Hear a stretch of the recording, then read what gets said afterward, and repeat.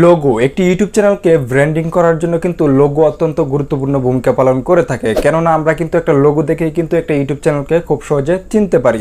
তো আজকের এই ভিডিওতে আমি আপনাদেরকে দেখাবো যে আসলে কিভাবে শুধুমাত্র আপনারা মোবাইল দিয়ে আমার মতো একটা লোগো আপনারা তৈরি করতে পারবেন।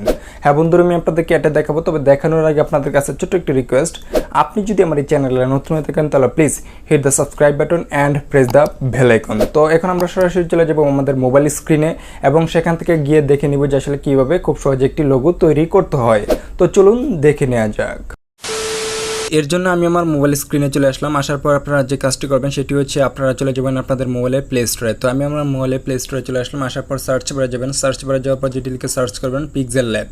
পিক্সেল ল্যাব লিখে সার্চ করার পর আপনাদের সামনে এই অ্যাপটা চলে আসবে। এই অ্যাপটা আসার পর আপনারা কী করবেন, এই অ্যাপটা এখান থেকে ইনস্টল করে নেবেন। তো আমি আমার ভিডিও ডিসক্রিপশন বক্সেও এই অ্যাপটা লিঙ্ক দিয়ে দিব, আপনারা চাইলে সেখান থেকে গিয়েও ইনস্টল করে নিতে পারবেন। আমার যেহেতু ইনস্টল করা আছে আমি এখান থেকে জাস্ট ওপেন করব। তো আমি ওপেনে ক্লিক করে দিলাম। তো আপনারা যখন ইনস্টল করে ওপেন করবেন, ওপেন করার পর আপনাদের সামনে ঠিক এরকম ধরনের একটি ইন্টারফেস শো হবে। তো শো হওয়ার পর আপনারা যে কাজটি করবেন সেটি হচ্ছে এই যে উপরে এখানে 3 ডট মেনু রয়েছে, আপনারা কি করবেন এই যে উপরে এখান থেকে 3 ডটে ক্লিক করে দিবেন।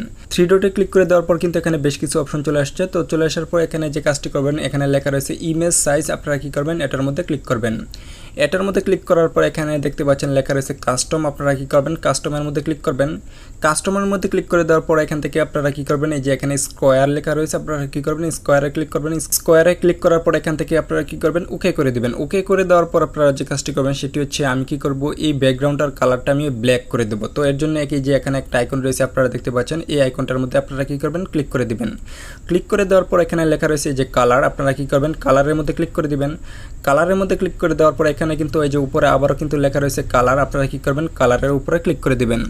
কালারের উপরে ক্লিক করে দেওয়ার পর কিন্তু এখানে নিচে কিন্তু বেশ কিছু কালার চলে আসছে। তো আমি এখান থেকে যে ব্ল্যাক কালারটা রয়েছে সেই কালারটা দিয়ে দিলাম। দিয়ে দেওয়ার পর এখান থেকে আমি কি করবো, যে এখানে টিক আইকন রয়েছে আমি কি করবো টিক আইকনে ক্লিক করে দিলাম। ক্লিক করে দেওয়ার পর এখানে আমি কি করব, আমি আমার ইউটিউব চ্যানেলের যে লোগোটা সেটি ডিজাইন করব। তো আমার চ্যানেলের নামটা যেহেতু টেকনিক্যাল ইউনিট, তো আমি কি করব, আমি আমার টেক থেকে টি নিব এবং ইউনিট থেকে ইউ নিব। তো দুইটি অক্ষরের সমন্বয়ে আমি কি করব, আমি আমার লোগোটা তৈরি করব। তো আপনারা কি করবেন, আপনারা আপনাদের ইউটিউব চ্যানেলের নাম অনুযায়ী টেক্সট নেবেন। টেক্সট নেওয়ার পর আপনারা কি করবেন ডিজাইন করবেন। তো আমি জাস্ট এক্সাম্পল হিসেবে কিন্তু আমি আমার লোগোটা ডিজাইন করে আমি আপনাদেরকে দেখাচ্ছি। তো আমি আমার লোগোটা ডিজাইন করার জন্য আমি এখন যে কাজটি করব সেটি হচ্ছে এই যে এখানে লেখা রয়েছে নিউ টেক্সট, আমি কি করব এই যে নিউ টেক্সটের উপরে কি করব ডাবল ট্যাপ করে দিলাম। তো ডাবল ট্যাপ করে দেওয়ার পর এখানে কিন্তু এই যে নিউ টেক্সটটা রয়েছে, তো আমি কি করব এই লেখাটা এখান থেকে ক্রস দিয়ে আমি কি করব রিমুভ করে নিব। রিমুভ করে নেওয়ার পর এখানে আমি কি করব এই যে আমার ফন্টগুলো এটা কি করলাম এই যে ক্যাপিটাল লেটার করে নিলাম। করে নেওয়ার পর আমি কি করলাম এই যে এখানে টি লিখলাম। টি দেওয়ার পর এখানে আমি কি করব এই যে ওকে লেখা রয়েছে, ওকের মধ্যে ক্লিক করে দিলাম। ক্লিক করে দেওয়ার পর এখান থেকে আমি কি করব এটাকে টেনে আমি কি করব বড় করে দিব এই টিটাকে।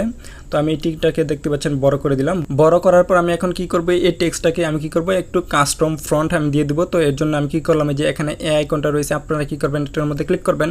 এটার মধ্যে ক্লিক করার পর আপনারা কি করবেন একটু বাম দিকে সোয়াইপ করবেন। সোয়াইপ করার পর আপনারা দেখতে পারবেন যে লেখা রয়েছে ফ্রন্ট, আপনারা কি করবেন এই ফ্রন্টের মধ্যে ক্লিক করে দিবেন। তো আমি ফ্রন্টের মধ্যে ক্লিক করে দিলাম।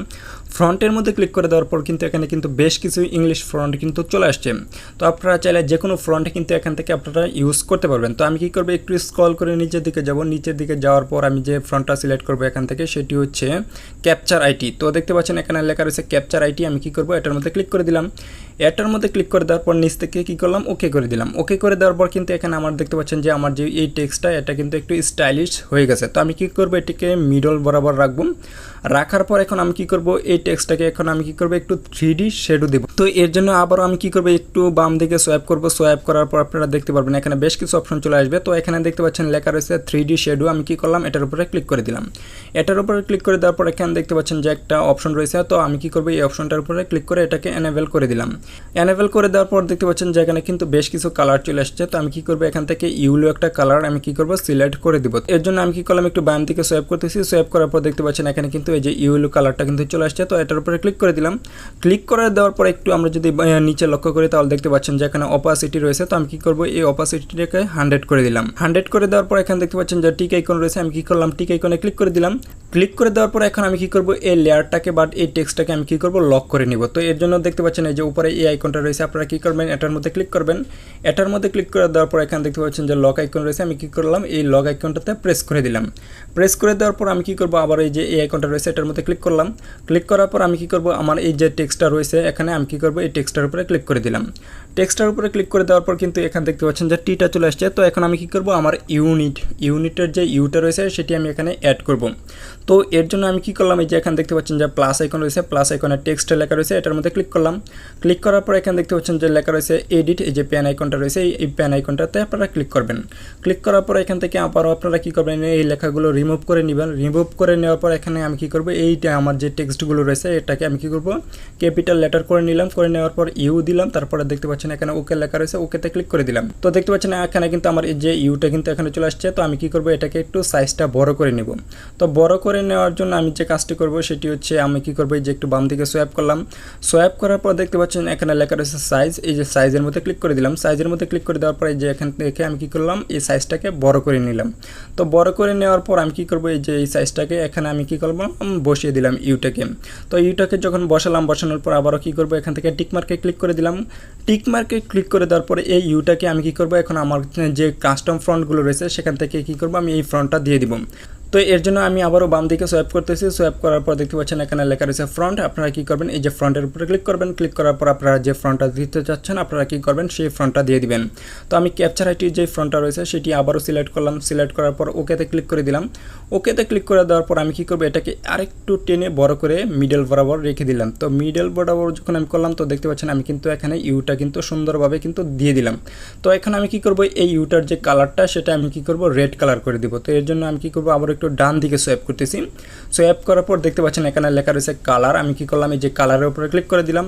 কালারের উপরে ক্লিক করার পর এখানে কিন্তু বেশ কিছু কালার রয়েছে। তো আমি এখান থেকে যে এই যে রেড কালারটা রয়েছে সেটি সিলেক্ট করলাম। সিলেক্ট করার পর এখানে দেখতে পাচ্ছেন লেখা রয়েছে টিক আইকন রয়েছে, টিক আইকনটাতে ক্লিক করে দিলাম। ক্লিক করে দেওয়ার পর আমি কি করব, এই যে লোগোর যে ব্যাকগ্রাউন্ডটা রয়েছে সেই ব্যাকগ্রাউন্ডের উপরে ক্লিক করে দিলাম।